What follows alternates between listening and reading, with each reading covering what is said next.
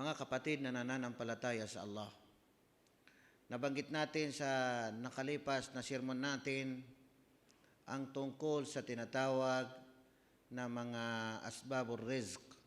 Ibig sabihin ay mga dahilan ng pagbibigay ng Allah subhanahu wa ta'ala ng mga panustos o kaya ay mga biyaya, mga ikabubuhay natin. Kabilang sa nabanggit natin, mga kapatid na nananampalataya sa Allah, ay taqwallah. Ibig sabihin ay pagkatakot sa Allah subhanahu wa ta'ala. Pangalawa na nabanggit natin ay at-tawakkalu ala Allah.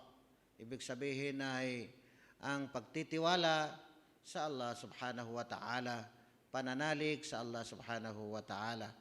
Pangatlo na nabanggit natin ay al-istighfar wat-taubatu ila Allah subhanahu wa ta'ala. Ibig sabihin ay ang paghihingi ng kapatawaran at ang pagbabalik loob sa Allah subhanahu wa ta'ala.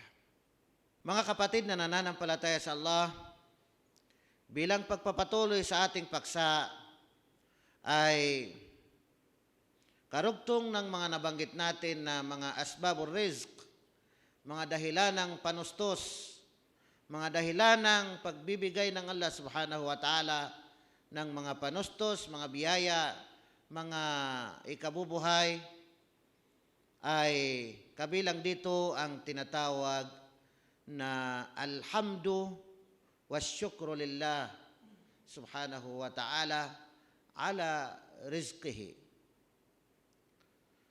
Ibig sabihin nito, mga kapatid, ay ang pagpupuri sa Allah, pagpapasalamat sa Allah subhanahu wa ta'ala sa kanyang mga ipinagkaloob na biyaya, na mga nakikita natin, nadadama natin sa ating mga pagkain, ating mga inumin, o anumang mga panustos na ibinigay ng Allah, ay kinakailangan na tayo ay laging magpasalamat sa Allah subhanahu wa ta'ala.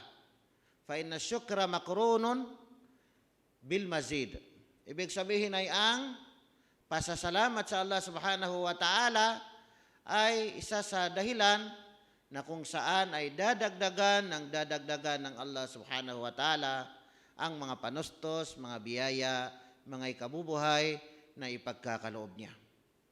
Maging ang mga biyaya, mga panustos, mga ikabubuhay na ibinibigay o ipinagkaloob sa atin ng Allah subhanahu wa ta'ala, malaki man ito o maliit, ay panatilihin natin ang ating pasasalamat sa Allah subhanahu wa ta'ala. Isang talata na sabi ng Allah subhanahu wa ta'ala, la in syakartum la zidannakum وَلَئِن كَفَرْتُمْ إِنَّ عَذَابِي لَشَدِيدٌ. Malinaw at lagi nating naririnig ang talatang ito, mga kapatid, na makikita natin sa Surah Ibrahim na ikapito na talata. Ayon sa kahulugan ng talatang ito, la in syakartum, kung kayo ay magpapasalamat sa Allah subhanahu wa ta'ala, la'azidannakum, ay dadagdagan ko sa inyo, sabi ng Allah subhanahu wa ta'ala. Katiyakan na dadagdagan ko sa inyo, sabi ng Allah subhanahu wa ta'ala, ang panustos, ang biyaya, ang ikabubuhay. Wala in kafartum, at kung kayo ay hindi magpasalamat, kung kayo ay hindi manampalataya, inna adhabi lasyadid, katotohanan ang aking parusa, sabi ng Allah subhanahu wa ta'ala, ay higit na matindi, sabi ng Allah subhanahu wa ta'ala. Kaya panatilihin natin ang pasasalamat sa Allah subhanahu wa ta'ala upang sa gayon ay dadagdagan ng Allah subhanahu wa ta'ala ang mga biyaya, panustos, ikabubuhay na ipinagkakaloob niya sa atin. Kabilang dito, mga kapatid, na min asbabir rizq, ay ibig sabihin ay ad-du'a.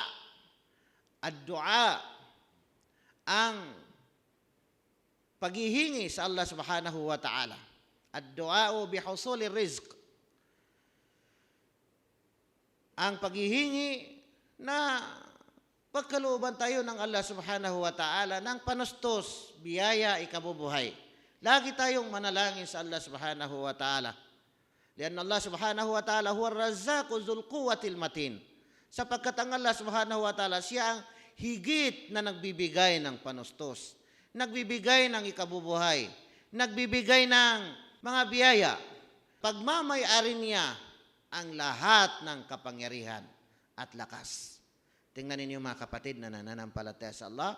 Sa isang talata na makikita natin na sabi ng Allah subhanahu wa ta'ala, وَقَالَ رَبُّكُمُ ادْعُونِي أَسْتَجِبْ لَكُمْ.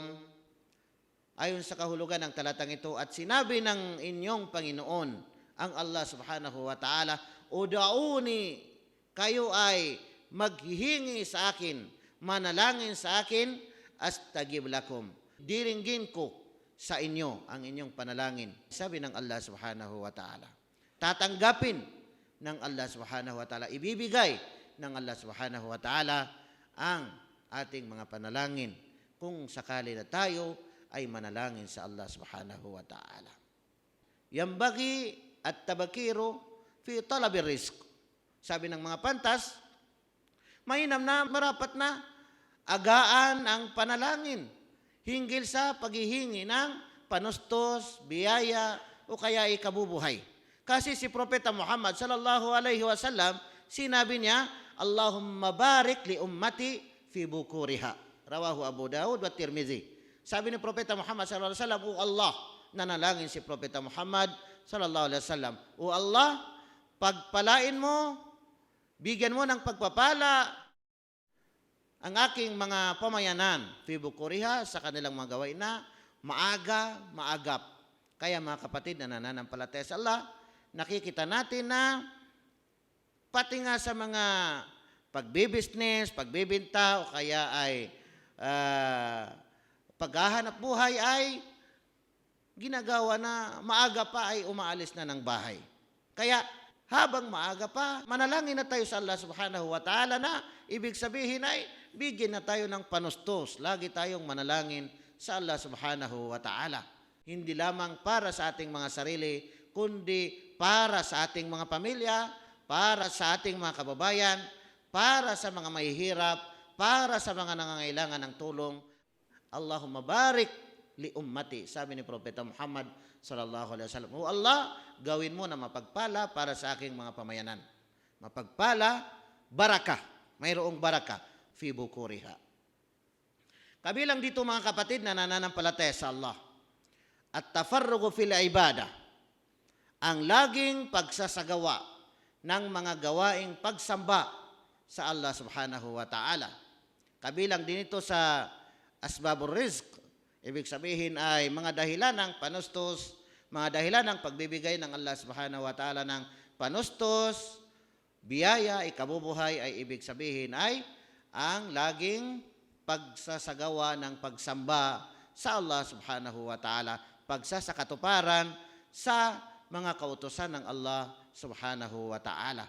Makikita natin mga kapatid na nananampalataya sa Allah sa Hadithul Qudsi an Maqil bin Yasir radhiyallahu anhu qala Rasulullah sallallahu alaihi wasallam, ayon kay Maqil na anak ni Yasir, kalugdan siya ng Allah subhanahu wa ta'ala, kanyang sinabi ng sugo ng Allah na si Propeta Muhammad sallallahu alaihi wasallam, yaqulu rabbukum tabaraka wa ta'ala,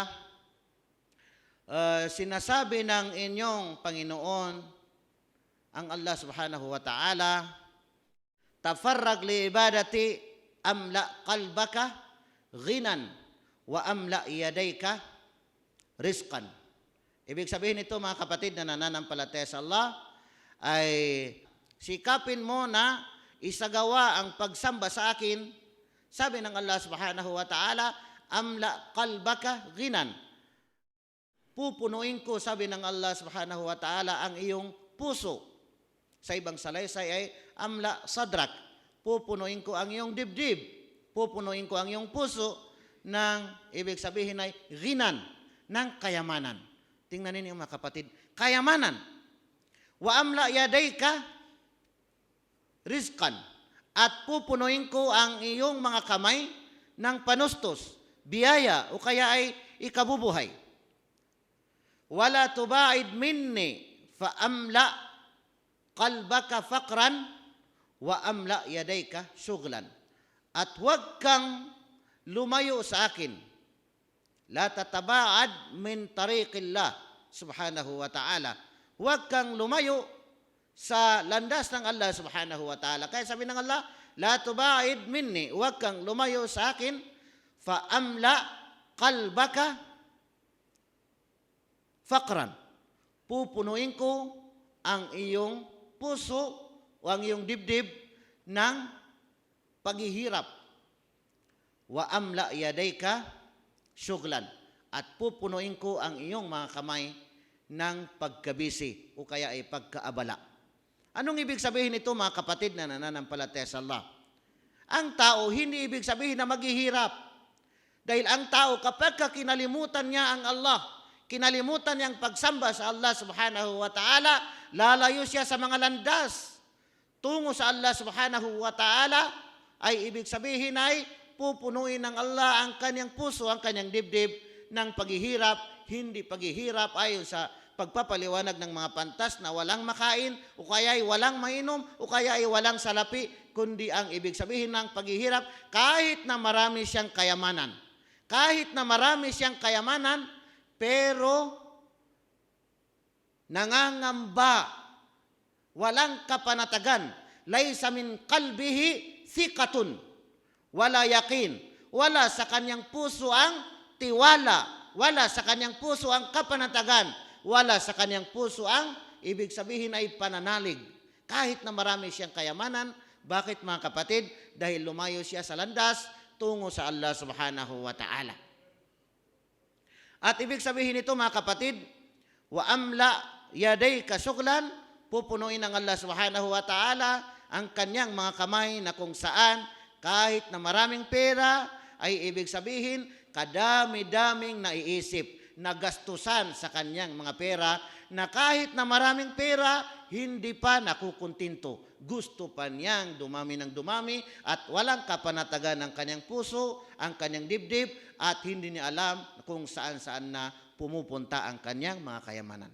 Tingnan ninyo mga kapatid, pero ang tao na malakas ang kanyang pananampalataya sa Allah, pagsamba sa Allah subhanahu wa ta'ala, kahit na wala mang kayamanan, mapanatag ang kanyang kalooban, mga kapatid na nananampalataya sa Allah, at baraka, mayroong biyaya, pagpapala ni pagkakaloob sa kanya ng Allah subhanahu wa ta'ala. Aqulu qawli hadha, wastaghfirullah li wa lakum.